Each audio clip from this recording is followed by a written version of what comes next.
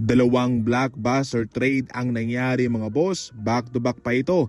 Sa kaparehong araw, September 27, 2023, nangyari ang Damian Lillard trade sa Milwaukee Bucks at ngayon naman, September 27, 2024, nangyari ang pagtitrade ng Minnesota kay Karl Anthony Towns sa New York Knicks. Marami mga boss ang nagulat sa ginawa ng Minnesota dahil kabilang sila sa mga kupunang hindi naman inaasahan ng mga netizen na gagawa ng malaking trade at itong kanilang pinakawalan ay ang kanilang core player sa Minnesota. Kabilang to sa mga pundasyon sa kanilang kupunan. Aba kung tutuusin nga raw, walang rason ang Minnesota para gawin ang trade na ito.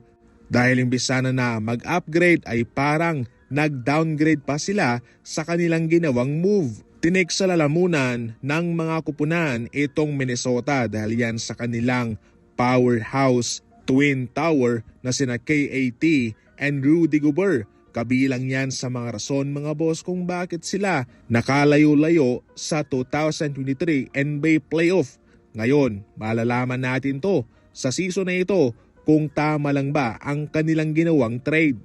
Samantala mga boss, nakatakda ang media day schedule ng Golden State Warriors sa September 30, Lunes po yan. At ang kanilang media day ay magaganap nga ho sa Chase Center sa San Francisco. Mahalaga ang media day para sa isang kupunan dahil doon malalaman kung ano ang kanilang pinaplano at kung ano ang kanilang nagawang maganda. Doon ho mabibigyan ng tsansa ang mga media na makapagtanong ng kanilang katanungan na naghahanap ng tamang kasagutan. At maliban sa Golden State Warriors, sa kaparehong araw na iyon ay magkakaroon din ng media day ang Memphis Grizzlies, Dallas Mavericks, Houston Rockets at ang Oklahoma City Thunder. 5 team ho ang magkakaroon ng media day sa araw na yun. Pagkatapos naman ng kanilang media day, ang Golden State Warriors ay aalis kaagad para sa Hawaii sa kanilang training camp.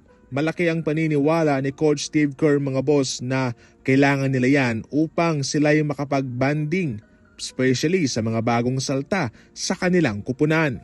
Sa ating huling balita naman, tila natatakot na raw ang Boston Celtics ngayon sa pagdepensa ng kanilang titulo dahil kinakailangan nilang patunayan sa Eastern Conference na sila ang malakas. Subalit hindi na raw ito magiging madali dahil sa pagkuha ng Knicks kay Karl Anthony Towns galing sa Minnesota na siguradong magpapalakas pa sa kanila. Alam naman daw na tanging injury lang ang nakapigil sa kanila para makalayo-layo sa playoff at ngayong sila'y healthy na.